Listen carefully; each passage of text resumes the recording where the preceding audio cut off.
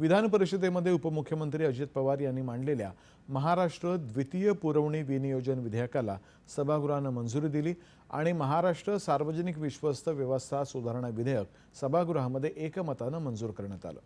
धर्मादाय संस्थांशी संबंधित अनेक नव्या तरतुदी या विधेयकाच्या माध्यमातून करण्यात आल्याची माहिती उपमुख्यमंत्री देवेंद्र फडणवीस यांनी हे विधेयक मांडताना दिली। खोटेपणा केला जाऊ नये यासाठी धर्मादाय रुग्णालयातल्या खाटांवरती बारकाईने लक्ष ठेवण्यासाठी योजना करण्याची महत्त्वाची तरतूद, तसंच धर्मादाय संस्थांमधील पुस्तकं, लेखी नोंदवह्या, निर्देश आणि स्वाक्षरी देखील इलेक्ट्रॉनिक स्वरूपात करण्याची तरतूद या विधेयकामध्ये करण्यात आली आहे। धर्मादाय संस्थांपैकी जी देवस्थानं आहेत त्यावरती महिलांना 33 ते 50% प्रतिनिधित्व असलं पाहिजे, यासाठी राज्य सरकारनं सकारात्मक विचार करावा असं उपसभापती डॉक्टर नीलम गोऱ्हे यांनी सांगितलं। त्यावर उत्तर देताना फडणवीस यांनी या संदर्भात तात्काळ सूचना देऊन प्रस्ताव पुढे नेण्यासाठी सांगण्यात येईल असं सांगितलं। राज्यामध्ये अंमली पदार्थांवरील कारवाई मोठ्या प्रमाणात केली जाते आणि यावर्षी मे महिन्यामध्ये 6,500 पेक्षा अधिक कारवायांच्या माध्यमातून 4,131 कोटी रुपये मूल्याचे अंमली पदार्थ जप्त केल्याची माहिती उपमुख्यमंत्री आणि गृहमंत्री देवेंद्र फडणवीस यांनी आज विधान परिषदेमध्ये दिली। अंमली पदार्थांबाबतची कोणतीही बाब सहन केली जाणार नाही अशा प्रकारचं धोरण सरकारनं अवलंबलं आहे।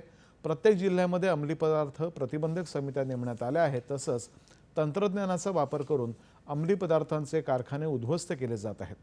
टपाल आणि कुरिअरच्या माध्यमातून अंमली पदार्थ पाठवण्याला चाप लावण्यासाठी विशेष कार्यप्रणाली तयार करण्यात आली आहे। कंटेनरमधून होणारी अंमली पदार्थांची तस्करी रोखण्यासाठी बंदरांवरती स्कॅनर लावण्यात आल्याची माहितीही त्यांनी दिली।